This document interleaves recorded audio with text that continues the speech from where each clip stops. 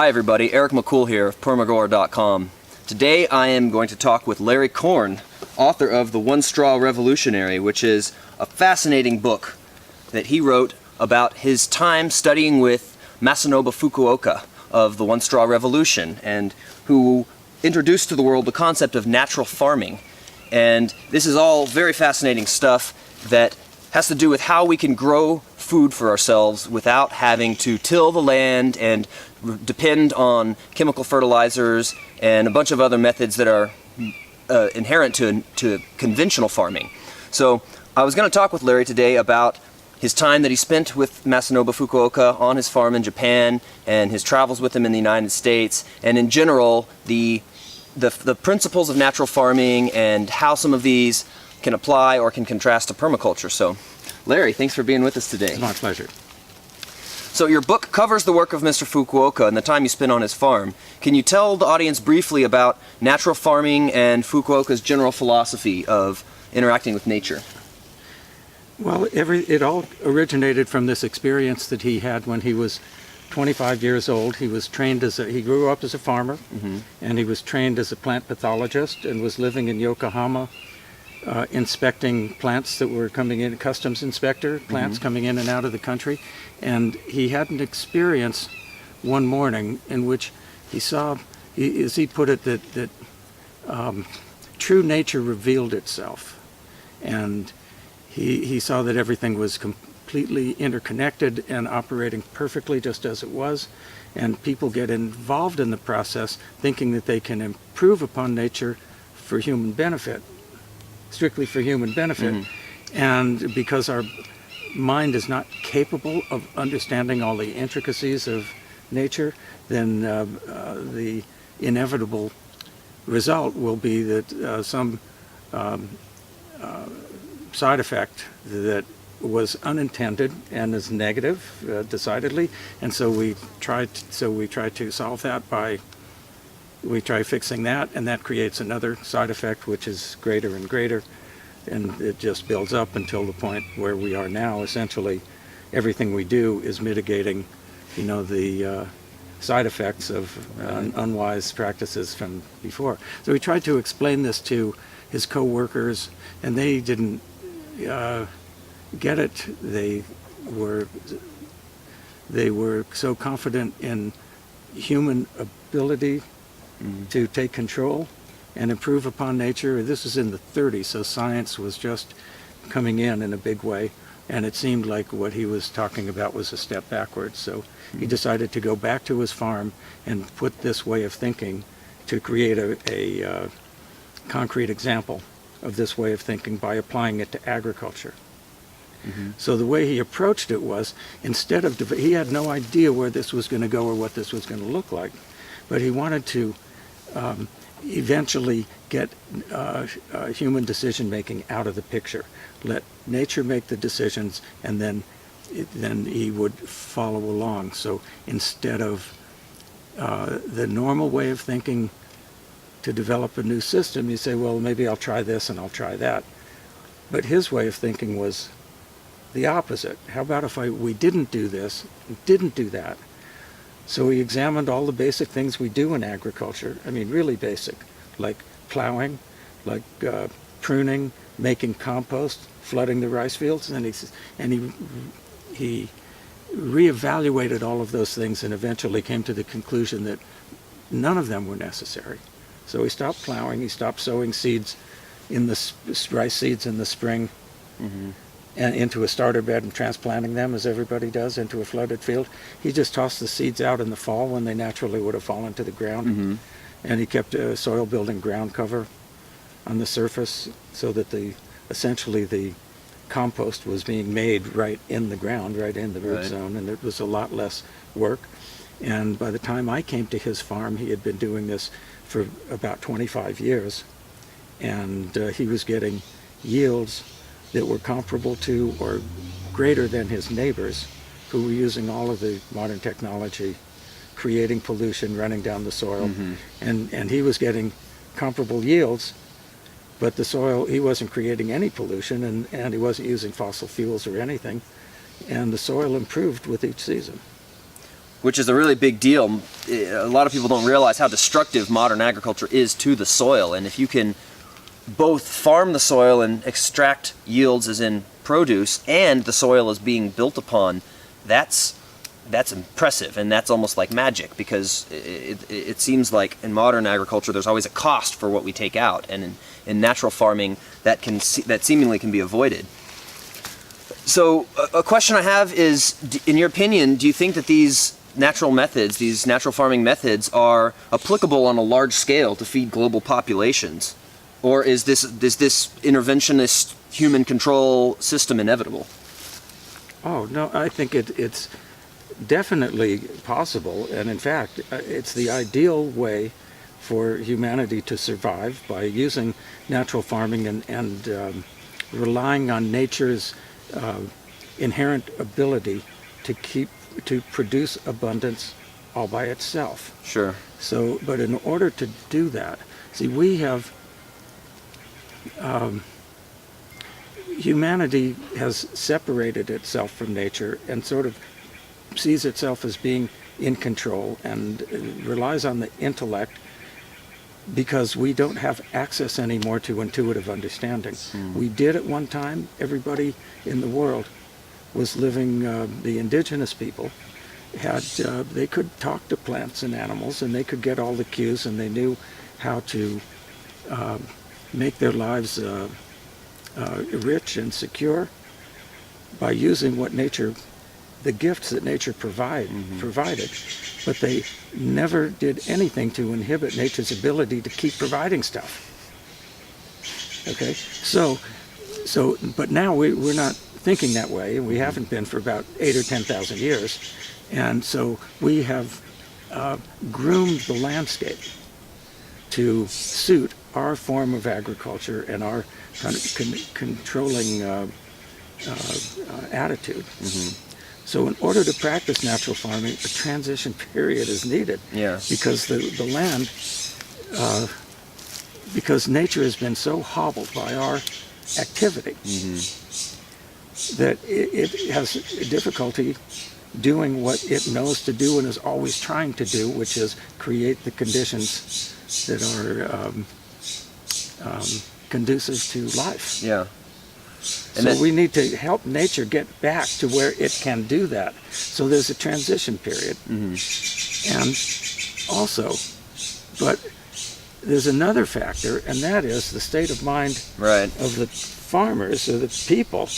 And you have to remember that our minds have been groomed to carry out the objectives of modern society too, just like the landscape has.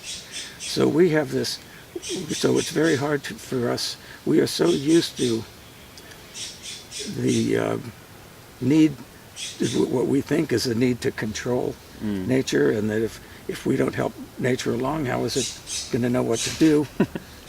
In this kind of attitude, and this is sort of what we've learned. This is all of us, me too. I mean, I grew up, you learn it in schools and from literature, from the media, from religious training, and it's this message of people as being special and better than other species. That's where it all begins.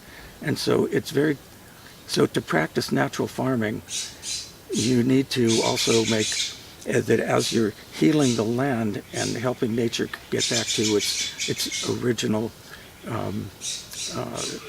diversity and strength, then a corresponding change needs to happen in the mind of the farmer, or it's just not going to work. Right. Because it's based on intuitive understanding, not intellectual or scientific understanding. Right. And so we have a lot of work to do on ourselves before we can even grasp these things, and before we can avoid the pitfall of recreating that same culture of control when we try and go out into, we look at natural landscape and think, oh, I can do this, I can do that, and I have to do this. And I guess the message I got from Fukuoka is, don't do things. Don't do things. I love his do nothing farming, do nothing gardening approach. And when I first read that, I was like, hey, I like that idea. I don't really want to do a bunch of stuff. I would like to let nature do the work for me.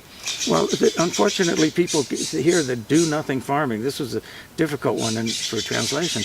Do nothing, they think it's no work farming, and that's not what it is at all, because if you've got a 12-acre citrus orchard and an acre and a half of rice fields, then you're going to be working. Yeah. There's no way around. But you're not doing unnecessary Right. work. And the unnecessary work, he considers plowing, making compost, fertilizing. By eliminating all this intervention that people do, when you plow, it burns out the organic matter, and it starts then you have to keep putting in compost. Mm-hmm. So once you plow, then you have to provide the fertilizing. Mm-hmm. Once you eliminate the diverse habitat for insects, then you have to provide insect control. Mm-hmm. Once you prune, then you have to keep pruning. Otherwise the branches will get crossed. But if you leave it, plant the trees to grow to their natural form. So as nature can, some people refer to these things as ecosystem services, but Fukuoka referred to them as gifts. The gift of insect control of healthy plants, that in a healthy environment you have healthy plants and you don't have to do anything. Yeah. Really. Of course you're working. Right. But that's not even work. That's more of a spiritual practice, to go out there and interact with the plants and the animals on a very close basis. It's a real joy, and that's also part of the deal with natural farming, is you get the joy of actually working. And that's part of the shift in attitude also. If we look at our chores as work, I have to go do this, of course it's not going to be pleasurable.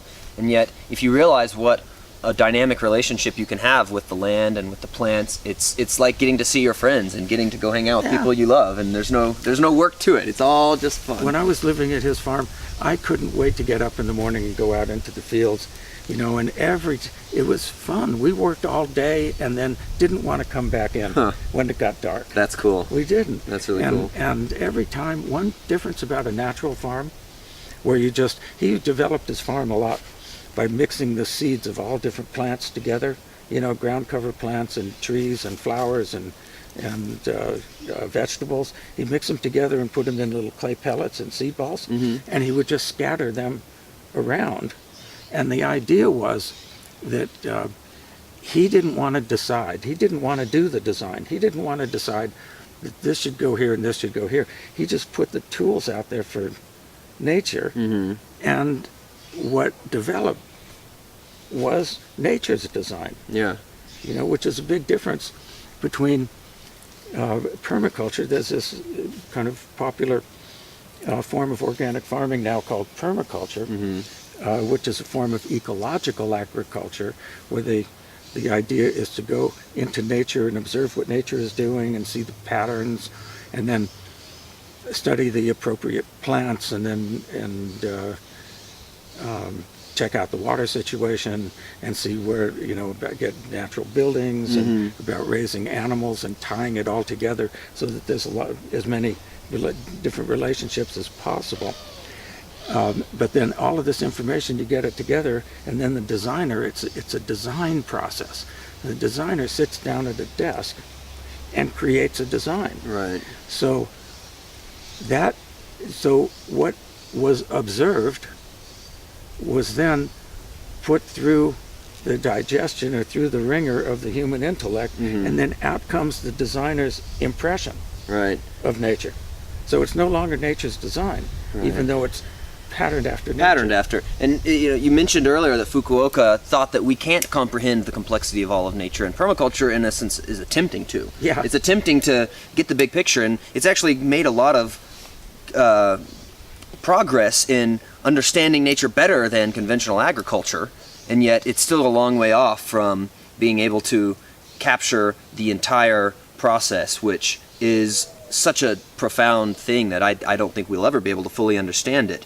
So permaculture is a big issue. It's something I focus on a lot in my work, and I feel like there's a lot of solutions for some of the problems we have in society through permaculture. And reading your book, I kind of came to the impression that you support the idea of permaculture, even though you contrast it to Fukuoka's work, which is not trying to control everything and design everything. And I kind of see it as a transitional step. Before we can go to fully natural farming, where we are just trusting nature to do everything, perhaps permaculture is a good way to get us back into that habit of observing nature and not just coming in and saying this is what we're going to do and not paying any attention to the surrounding forces. So, and you already have spoken a little bit about the contrast between permaculture and natural farming.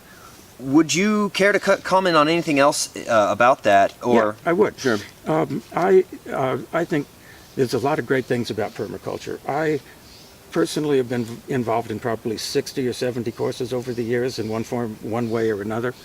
And some of the great things about permaculture, millions of trees have probably been planted in the last 35 years around the world because of permaculture, and a lot of the old skills and appropriate technology like canning and seed saving and all these various, the appropriate technology in the natural building, all these things are being revived by permaculture. And also for people who want to, there's so many people out there that want to do something constructive with their life, and they don't want to participate in the trashing of the ecosystem, and they want to do something constructive. Permaculture is an ideal sort of entryway. It's just like the Japanese arts. There's like things like, well, the martial arts, the shakuhachi or no drama or flower arranging, macrobiotics. These are all they're all designed to fix an imbalance that's been created, an unhealthy situation, and then by going through the process, the program of studying that art, then eventually you bring yourself back into balance, and you find your way back in touch, and then you can enter back in to the world. You heal the separation. That's what it's all about, and that's what natural farming is all about, is to heal the separation. So all of these arts have the final stage is you kind of go through the program, and then you see it, and you're back, and then you don't need the program Don't need the program anymore. Very nice. And that's what I'm hoping, and I have seen people start on the road with permaculture, and then gradually they just head straight in the direction of natural farming. That's cool. And so I'm not trying to knock permaculture by any means. I'm just pointing out the difference, hoping that will help certain people that can see that and want to go in that direction. It shows them where the path is to come out. Right. And then you won't need permaculture anymore. Right. And you can give up that control and that design aspect. Right. Yeah, I've often thought of permaculture as a concept that has only arisen in response to the crisis we're in ecologically on the planet. And I think that indigenous peoples, in a lot of ways, practiced a lot of the principles of permaculture without needing a word or a concept for it, because it was just inherent. And now that we're so far from that, having this teaching module of permaculture as a way to realize what we've lost and how we can get it back is valuable. But as you're saying, the destination is to where we don't even need to have these concepts and this idea of doing all this design work. I think that the earth as it originally was created was a paradise garden full of abundance for everybody. Yep. And there was no need for anyone to really do very much other than, go out and forage and enjoy life. And it's because of our mistakes and actions that we've taken as civilized people that we need these concepts in order to heal ourselves. So another question I have is, do you know what's going on with Masanobu Fukuoka's farm today? Is it still being run by his philosophy and method? The farm, after the One Straw Revolution came out, Fukuoka-san he started getting invited to travel. He became well known all over the world, and he started to get invitations to travel places. And when he was really shocked. Originally, the first stop was California, and he thought, geez, people are turning this place into a desert. And then then he went to Europe, and then India and Africa, and after that, once he saw the scale of the worldwide environmental problem, especially desertification, then he devoted his life after age, say, 65, was all devoted to seeing how the things that he had learned through natural farming, how those could be used to help regreen the deserts of the earth. So for the last 20 years of his life, he passed away about 8 years ago. In 2008, he was 95 years old. Wow. After about 80, his son took over. His son Masato is a wonderful person. I knew him well when I lived at the farm for 2 years, and he's more of an organic farmer. But while his father was alive, he continued all the natural farming practices.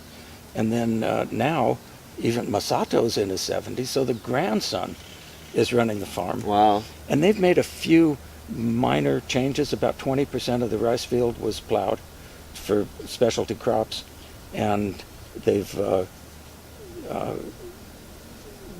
gotten more in line with the irrigation in the rice fields. That puts them on better terms with the villagers. Fukuoka was always at odds with the villagers. They didn't understand what he was doing, and they, so forth. So their grandson wants to fit in a little better. But the orchard is almost exactly the same. Nice. And that is like paradise. Every time you walked out into the orchard, it was like you saw something you had never seen before. There were surprises. He grew a lot of plants from seeds. He let plants reseed themselves and grow up. So it wasn't all grafted varieties. Right. There's certain seeds where you know exactly what to expect. You had no idea what to expect every single time you walked out into the orchard. That's cool. Yeah. And that's part of that enjoying your, having a relationship with your land and your space. You want to be in a place where you have that sort of spontaneity and that sort of unexpected what's gonna come of this day kind of thing. It's fun. Yeah. It makes going out, and it's every day is a joy. But I should point out that the Fukuoka family, for about 15 years he had students living in the huts in the orchard, and they'd help with the farming chores, and Fukuoka-san would teach the philosophy, and I happened to go there during that time and live there for 2 years. But they're not doing that anymore, so they're asking that people, not stop by the farm. They don't want drop-ins. They just don't have time. Yeah. Because they're busy Sure. doing what they do. Well, you got in there at a good time then. You're very fortunate. I've been thankful for that every day of my life, and I was really lucky. Sounds like it, yeah. I really liked your explanation of permaculture in your book, and a lot of people have a hard time defining permaculture, so I would like to read that here. I wrote it down, and I think this is a really good introduction for people who don't really understand what permaculture is. Larry said it well. He says, permaculture is based on carefully observing and then replicating natural ecosystems to create whole, self-sustaining agricultural landscapes and human communities. And that the concept goes beyond just agriculture because it integrates food production with such things as social and economic structures, city planning, access to land, cooperative banking, and social justice. Now, my question regarding this is, in what way can either permaculture or natural farming, how can we use these tools as a way to change our society? Or how can we apply some of these philosophies as a way to change our society for the better? Because there's so many problems with society, and it's a real complex issue, but is there any kind of general principle or general way that you think that we can start to make those changes towards a healthier, more natural way of living?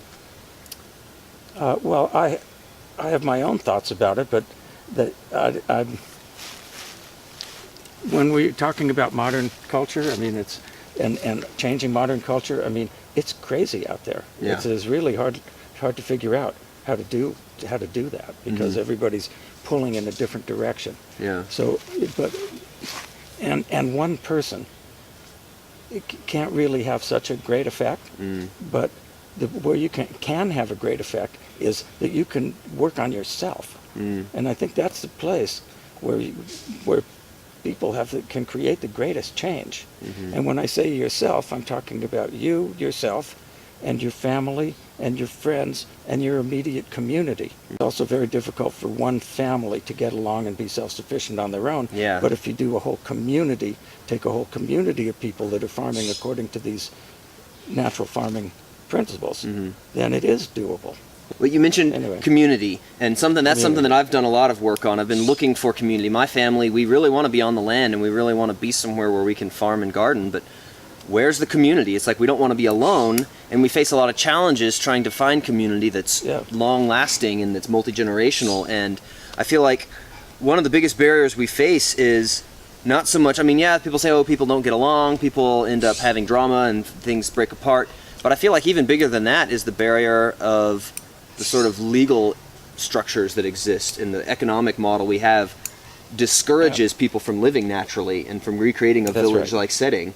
And I almost feel like that's one of the downfalls of the permaculture eco-village movement, is that they don't have enough influence on the sort of socio-political environment, and they don't have enough teeth to protect themselves from being stopped by someone who comes and says, oh, this is a regulation violation, and you're not allowed to do this, and you're not allowed to build more than one house on this land. And everything is stacked against organic farmers these days, and small diversified farmers. Everything's stacked against it because of the political and economic forces, as you said, which are, created for the benefit of the industrialized people that just want, want to use the land strictly for human benefit, and they don't mind using other people either.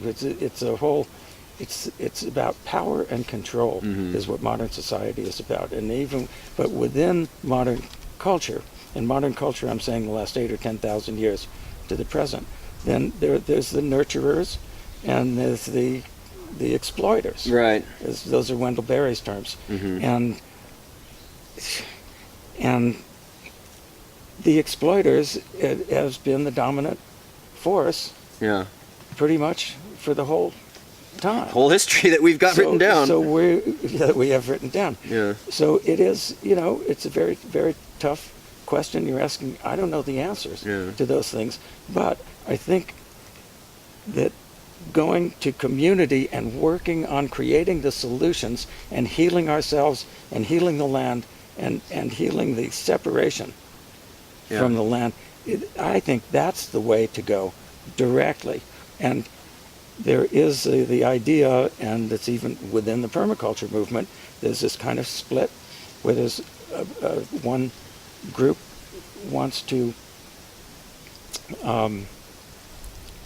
they want to tighten up standards of the certificates and the courses and and to gradually become more like a substantial institution and look a lot more like the modern institutions, so that, and this is primarily people that want to get permaculture into the universities and into government organizations, because their way of thinking is that that's where the power is. Right. And if we can sort of steer the ship, get in there and kind of subvert and change the course of the ship, then that's the way, then we can have some influence. Right. Just you were saying that there's no influence, and so they want to go that way.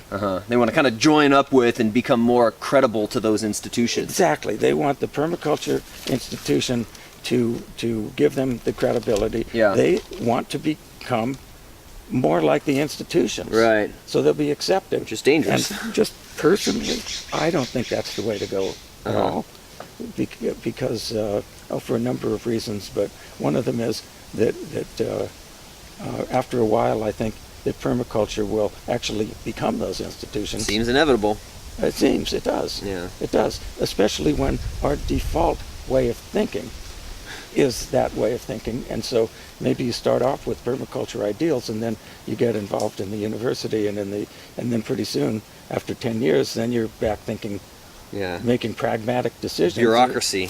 Pragmatic decisions that have nothing to do with the idealism that you saw when you were younger. Yeah. So I would love to see permaculture stay strictly grassroots, no big institution. I mean, sometimes, I was just 2 weeks ago, I was part of teaching a permaculture class right here in Ashland, and then we gave out the certificates at the end, and that's always a big deal and stuff. And afterwards, we were sitting around talking, and someone asked if there were any natural certificates of natural farming, if Fukuoka gave certificates, and it just seemed like the most ridiculous idea in the world.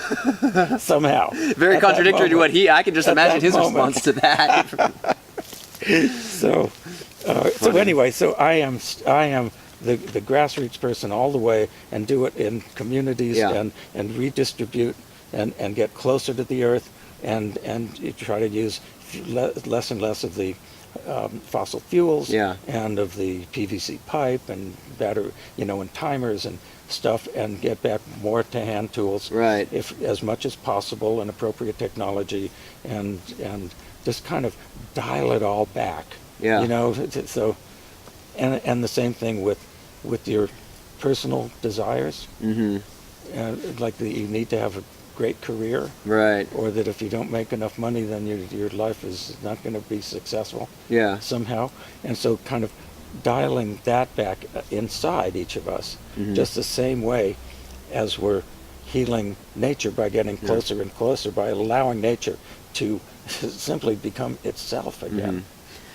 That's something that's hard for people sometimes, and it's a kind of a tough truth to face, is that we've got all these problems in the world, and a lot of people want to solve them without having to change their contribution to the problem. Kind of like the guy who doesn't want to have to diet and exercise, but he wants to lose weight. And I'm reminded of in your book when people would ask you or Fukuoka, I can't remember which, about, I want to do natural farming, but I need this and this and this. Can I have it both ways? And you're like, the short answer is no. Yeah. It's not natural farming unless you just let it be natural. And the desire to keep the system that we already have in place and to keep aspects of it is ultimately going to prevent us from being able to understand the bigger picture, I think. Yeah. Well, people want things, we've and a desire, extravagance of desire is really the core problem. Yeah. Is that we've gotten to want more and more and more. And one of the reasons that the indigenous people, they didn't have to work very hard, because they interacted generation after generation. They interacted with nature in the same spot, and they saw how nature responded, and they learned to make the place even more abundant, and they had a great significant effect on the landscape with all of their horticultural skills, or whatever you call it. Tending the wild is what Cat Anderson calls it. It's a great term. And once they got the system set up, they didn't have to work very hard at all. And so, but they didn't produce much. They produced what they needed to live. Right. And that's it. And so, so there's a book called Stone Age Economics, which analyzes the economic system, and their system is referred to as the economics of abundance. But they didn't produce anything. Interesting. But they always had what they needed. Yeah. So, and then our system, the modern system, it's based on insatiable desire. Right. Always expanding, growing, more and more. It's never enough. It's a highly productive. We're producing all kinds of stuff. And then throwing it all away. Yeah, but we refer to this. This is our system. Modern system of economics is referred to as the economics of scarcity. Because we're allocating scarce resources because there's never enough. Yeah. Even though we're producing. So I am a big believer, and I don't know how Fukuoka's message resonated so much with me, but once I went to his farm and learned something of his philosophy, although it took me, now it's been 35 years, and I keep having a deeper and deeper understanding of it.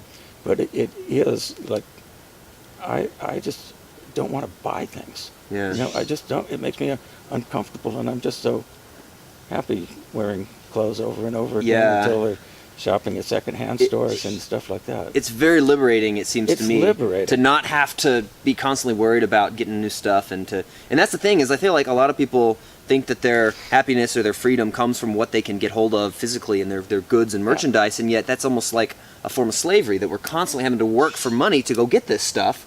And constantly worrying about how, keep taking care of it, not having it stolen. And I think that it's a really deep perspective to look at life as not being about getting more and more stuff all the time, but really it's just about our relationships and our place on the earth. And I really feel like that is the simplest way to put what the solution to all these problems in the world that we have is that we need to change how we live and what we ask of the world and what we demand as our sort of entitlement. People feel entitled to have a car and a phone and a certain kind of house and all these things, and I feel like the indigenous peoples didn't create global catastrophic problems because they didn't ask for those things. All they asked for was food and shelter and the basic tools that were necessary for life. Just what they needed to live. And that's all no Fukuoka more. had on the land, right? I mean, mostly. Fukuoka's understanding is, when this dawned on me, it really put natural farming into the perspective, and that was a big key. When I saw that his understanding and the way he interacted with the landscape was virtually identical to what indigenous people were doing all over the world until just about 10,000 years ago. Yeah. And there's still remnants of those societies. Yeah. We can still learn from them. That's been the human experience for 2.5 million years, and as Homo sapiens, that 200,000, and with consciousness, maybe for the last 100,000 years. That was our experience, living sustainably by asking only for what we needed. And the indigenous people, they appreciated this existence when there could just as easily have been nothing at all. Yeah. This is, wow, this exists. Yeah. That's awesome. And plus, everything we need to live is just growing on fucking trees. It's just there. It's right here. Everything we need is right here. Yeah. Thank you. And there's this gratitude element. That's a really important thing, that Yeah. perspective of gratitude and awe and appreciation, as opposed to this sort of what I feel like is like a childlike petulance of I want this and I want that and this isn't good enough, and that Yeah, seems to be what defines modern culture, is That's right. constantly trying to satiate that insatiable desire.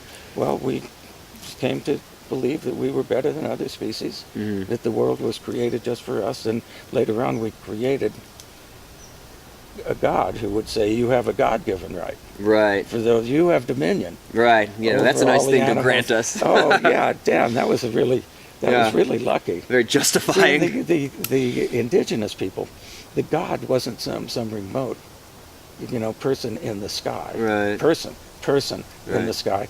They were spirits that lived right among the people. Yeah. And you could talk to them. You had access to all the spirits of everything. Yeah. And that must have been just so awesome.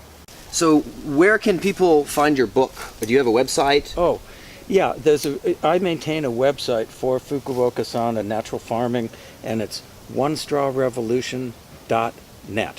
It's Okay. all one word. And that's the place where you can find YouTubes and interviews and lots and lots of photos and a great bio. Okay. So that's probably the best.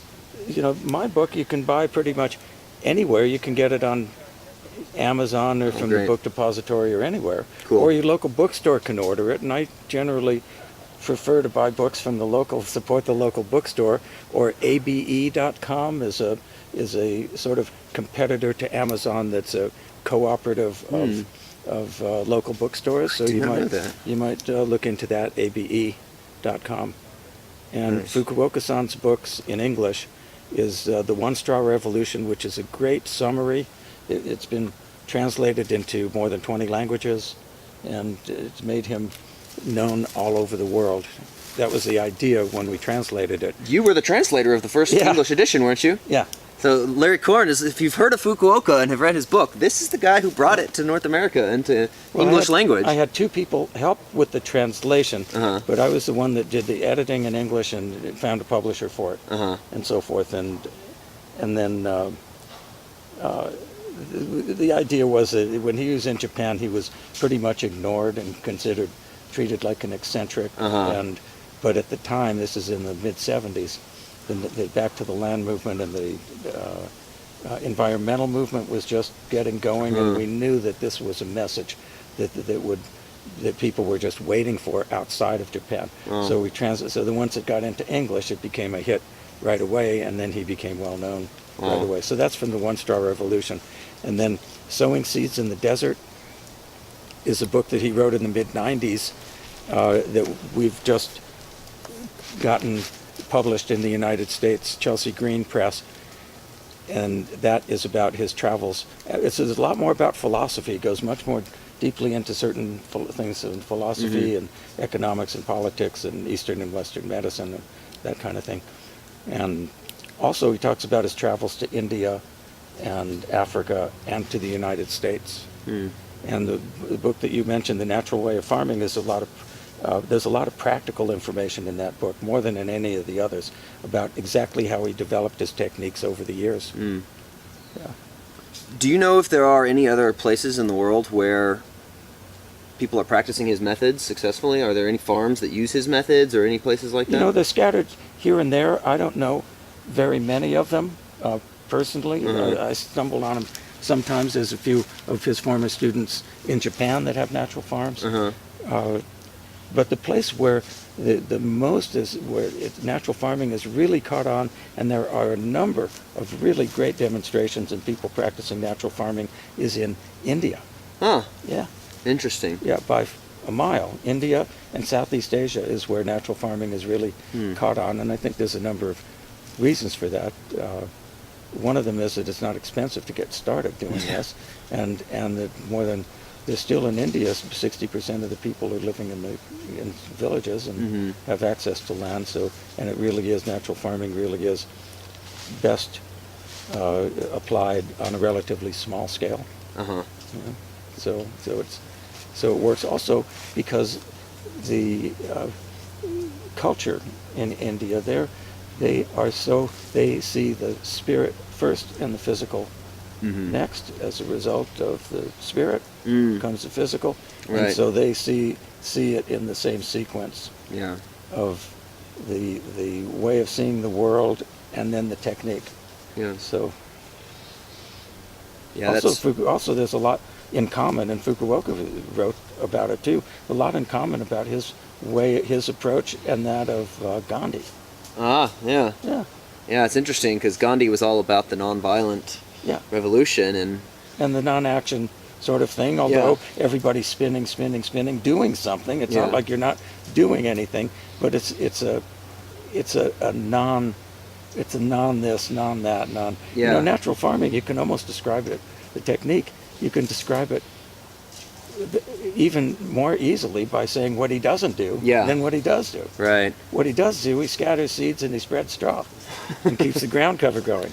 That's essentially what he does. That's the whole thing. And what he doesn't do is till and graft and build compost. That's right. All those hard work kind of things. Yeah.